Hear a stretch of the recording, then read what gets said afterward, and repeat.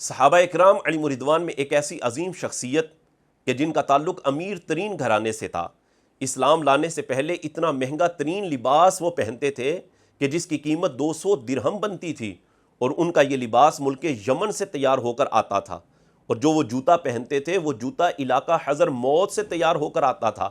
اور مکے کے اندر سب سے مہنگا ترین عطر لگانے والی شخصیت کہ جس گلی سے گزر جاتے تھے تو لوگ سونگ کر بتا دیتے تھے کہ یقیناً اس گلی سے وہی گزر کر گئے ہیں، کیونکہ ایسا عطر مکے میں ان کے علاوہ کوئی اور نہیں لگا سکتا۔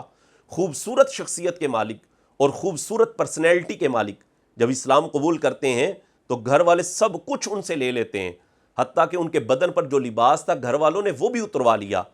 انہوں نے اسلام کی خاطر سب کچھ قربان کر دیا اور اسلام کی حالت فقر والی زندگی کو قبول کیا۔ جی ہاں، اس شخصیت کا نام حضرت مصعب بن عمیر رضی اللہ تعالی عنہ ہے۔ جامع ترمذی کی حدیث نمبر 2644 کے اندر حضرت علی رضی اللہ تعالی عنہ فرماتے ہیں کہ اِنَّا لَجُلُوسٌ مَعَ رسول اللہ صلی اللہ علیہ وسلم فی المسجد، ہم رسول اللہ صلی اللہ علیہ وآلہ وسلم کے ساتھ مسجد میں بیٹھے ہوئے تھے، اِذْ طَلَعَ عَلَيْنَا مُصْعَبُ بْنُ عُمَيْرَ، اچانک حضرت مصعب بن عمیر آ گئے، مَا عَلَيْهِ إِلَّا بُرْدَةٌ لَهُ مَرْقُوعَةٌ بِفَرْوٍ، فرماتے ہیں کہ حضرت مصعب بن عمیر کے بدن پر ایک چادر تھی، اور وہ چادر بھی ایسی تھی جو پھٹی پرانی اور پیوند لگی ہوئی تھی۔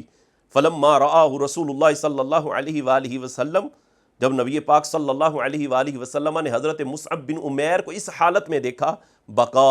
حضور رونے لگ پڑے، للذی کان فیہ من النعمہ، اور والذی ہوا فیہ اليوم، کہ کل جو آسائشوں اور نعمتوں میں رہتا تھا آج وہ اس حالت میں ہے۔ اللہ اکبر، اسلام کی خاطر سب کچھ انہوں نے قربان کیا۔ یہ حضرت مصعب بن عمیر ہیں کہ جنہوں نے حبشہ کی طرف بھی ہجرت کی،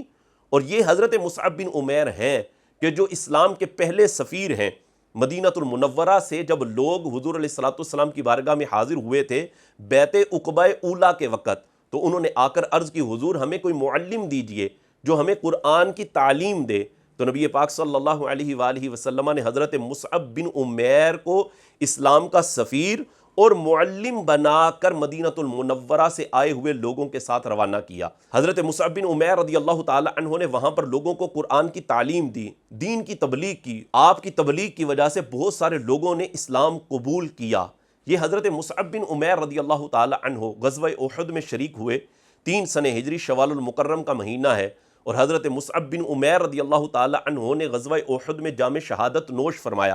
اور جام شہادت جب نوش فرما چکے تو ان کے کفن کے لیے پورا کپڑا بھی موجود نہیں تھا، صرف ایک چادر تھی۔ اللہ اکبر، جو آسائشوں کے اندر زندگی گزار رہے تھے، جو بڑے بڑے مہنگے ترین لباس پہن رہے تھے، آج دیکھیں اسلام کی خاطر جام شہادت نوش کر رہے ہیں تو صرف ایک چادر ہے، اور چادر کا حال یہ ہے کہ اگر وہ سر کی طرف کرتے ہیں تو پاؤں نظر آنے لگ جاتے ہیں، پاؤں کی طرف کرتے ہیں تو سر نظر آتا ہے۔ آخرکار چادر کو سر کی طرف کر دیا گیا اور پاؤں پر گھاس ڈال دی گئی۔ نبی پاک صلی اللہ علیہ وآلہ وسلم نے ان کی نماز جنازہ پڑھائی اور ان کو دفن کر دیا گیا۔ اسلام کی خاطر عظیم شہادت انہوں نے حاصل کی، اور اتنا بڑا مقام و مرتبہ انہوں نے حاصل کیا۔ یہ حضرت مصعب بن عمیر رضی اللہ تعالی عنہ ہیں، جو نوجوانوں کے لیے ایک بہترین نمونہ ہیں کہ اسلام کی خاطر دیکھو کتنی قربانیاں انہوں نے دی ہیں۔ تو جو بندہ اسلام کی خاطر قربانیاں دیتا ہے تو اس کو مقام و مرتبہ اللہ تبارک و تعالی کتنا بڑا عطا فرماتا ہے۔